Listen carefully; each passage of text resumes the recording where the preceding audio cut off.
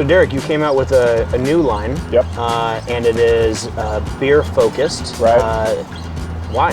Barbecue and beer are just the classic backyard American experience. Yeah. What if we can make those flavors in a seasoning that you can just put right onto your meat, ready to go, cook it in your backyard?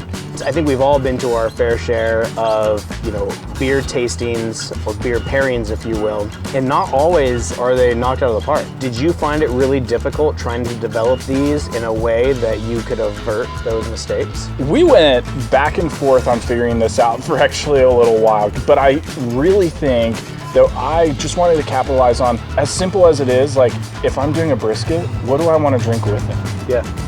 And that was kind of the basis of where we started. Well, everything that I've tried has been uniquely delicious on its own. Yeah. But what I found really exciting was how do we take some of my mind just goes crazy. How can I blend these together? And I think we found out today that it works. Absolutely. Yeah, well, I like literally, you're like, so what are we gonna put on the steak?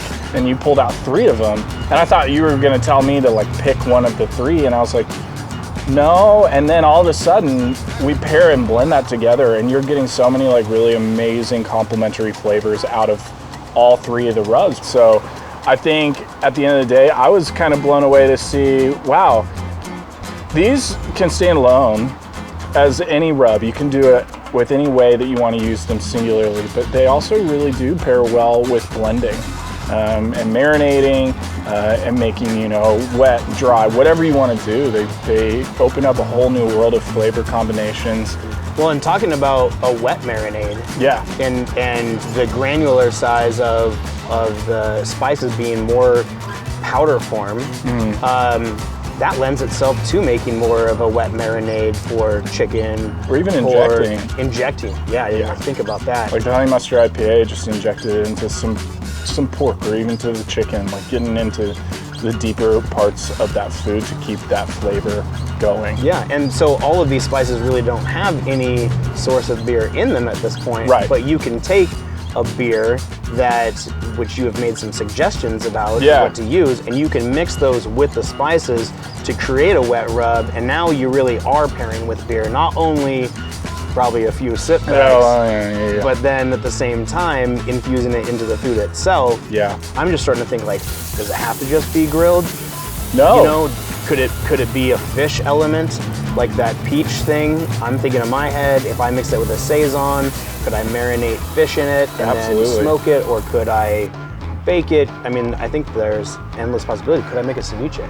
I think that's amazing. Like, my first time when I tasted the jalapeno lime pilsner, I was like, I want to put this on red snapper. Yeah.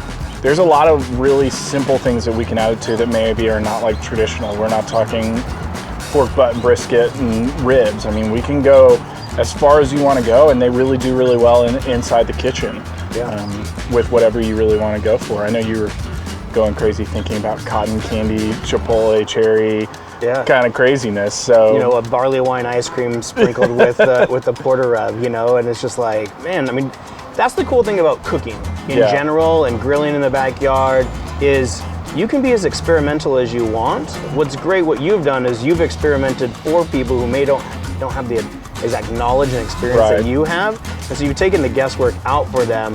But I think at the same time, you want to encourage them to test things. Yeah, push the limit. Yeah, and that's what I think that's the fun thing about this rub line is that it's different than any of the other ones that I've really done, because a lot of the other rubs, it's like coming from a far place or my experience to you. This is like something that we developed from the inside, trying to understand, okay, these are classic flavors. How can we make them pop even more? And on top of it, like hanging out with you and seeing you cook, I started to see like, we can go way further on experimenting with these than we even just did. Just trying, infusing it with beer is one thing, but going further and combining flavors that I had not even thought about kind of opens my mind to a whole new world of possibilities for the cooking. I'm sold, brother. Yeah, it's so good. Thanks, man. And it's been a blast cooking with you today and having you up here. I had to get down to Nashville and yeah, you do. We got some good stuff. We'll cook. We got a ton of grills. Good time. lots and lots of beer. I like all of those things. And some Southern hospitality. Amen. There you Amen. go. Excellent. All right, sweet. Thanks bro. a lot, brother. Yeah, Appreciate thank it. you. Yeah. Yeah.